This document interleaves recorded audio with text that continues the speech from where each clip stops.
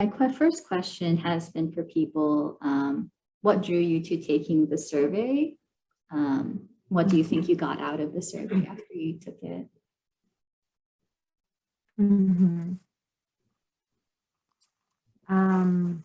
Yeah, so community artist rights, the title itself was really important for me to be drawn to the survey. It's what I've been doing sometimes solo, sometimes in collective. For most of if I don't even consider what I have a career. For most of my identification as a culture worker in the area, we were working briefly on an artist bill of rights in Boston. And part of this is like a real big struggle because I work with working low-income artists. And so it's just really hard to get together and organize because it's really difficult to volunteer time when most of our life we're, really having to hustle. And so, yeah, so it was interesting because it was like, oh, well, that fell off the bandwagon. So I'm glad someone in the area is like thinking about it and let me see what are the questions being asked and let me be free with the way I'm answering it. And maybe, in this connection, we might be able to try again, So that's basically what drew me to the survey. Can you share a little more about your vision for the Artist Bill of Rights? Is it only for Massachusetts people or Boston area people? Yeah, we would start local. I know that there's many Artist Bill of Rights that have been written, but it's less about writing the rights and it's more about gathering people around the rights and organizing people around the rights. Because specifically because of the way the arts is positioned in our society, it is, part of it you can say is deliberate design. Part of it is just like the repercussions of the way our societies are set up that make art. I think the deliberate notion is art is the most devalued because it is the most, of all of the disciplines, it is the most subversive. And so, like when you think about it, you were talking about artists who make tangible things versus artists who do not do tangible things. And I am definitely an artist. That's why I say I don't have a career, because I do not do tangible things. I dance. And dance is the most devalued of all, because if we are the people who dance, they know what it is to be in their bodies. And when you're in your bodies, you can hold ground. So that is not of interest to the state because the state wants to extract. And so they do not want people to hold their ground. And so, these are very lofty, philosophical, but also very real things that people don't even talk about. So it's how can we even talk about Artist Bill of Rights when we don't even have this understanding, right? We're in our different silos, not able to talk with each other because of the hustle. And it's a striated hustle because certain disciplines, they can make money because they're creating tangible things that benefit whatever organization they're working with. But when you're creating things that are not tangible, it's a lot more difficult to secure funding. So therefore you have to organize. Yeah, so anyway, those are just my preliminary thoughts. Did that answer your question about the strategy behind the Artist Bill of Rights? Because we can just all get together and come up with a Bill of Rights, but it's actually make that count. We need to be in solidarity. We need to be able to stand with each other.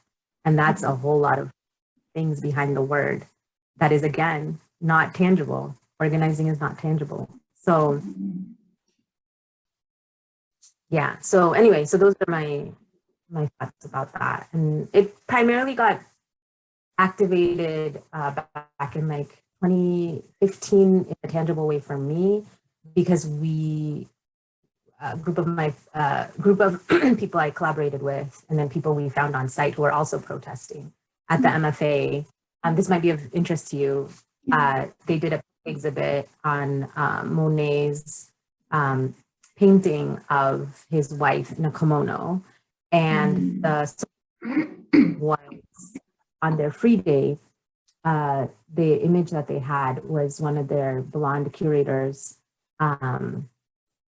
posing in a kimono that was made in the same likeness as the kimono that was in the painting, saying, "Come and get your picture taken in this kimono," right? So we know, we as community members and people who are Asian experiencing all sorts of different kinds of Orientalism, we know the violence that kind of iconography on our bodies. So that we were gathering. So we were actually organized to protest, but we ended up actually creating a community. And I was, I think, in my already into my mid-30s by that time. And this was my first time growing up here that I was in a space of other people of Asian descent who were also pushing on more radical notions of how our bodies and the autonomy of our bodies and our bodies in community. It was the first time in my life. So, we protested every week on the free day, and we were getting all sorts of media and everything, and it was very fortunately my team members and I, it was super spontaneous. We didn't know this was going to happen, and so we had to, but it made international news, and that ended up being called Decolonize Our Museums, and that was what the group I was referring to about being organizers who we've been trying to meet, and it's really, really difficult, So we were gonna so those were some of the things that we were gonna do. And I'm, I still work in that way, but that's why I'm saying sometimes because I'm still working on it by myself, and it's I'm still creating the cultural artifacts that we need, like the Artist Bill of Rights or the particular thing around.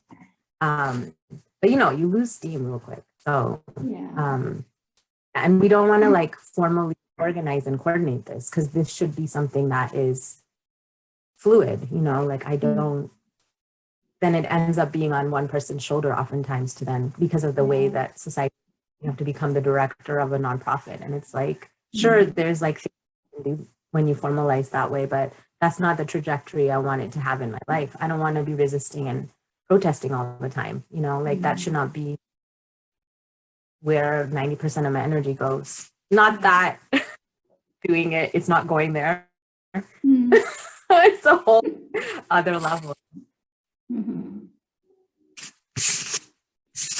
Yeah, I resonate with just how the word is the economy of artists, gig work and hustle culture is sort of it's we're trying to change it, but we also need the time to change it, which the current structure doesn't allow. I also really loved how you're saying through the protesting, even though there's a lot of time and energy and labor that goes into it, you were able to gather with community and to make those changes and to talk about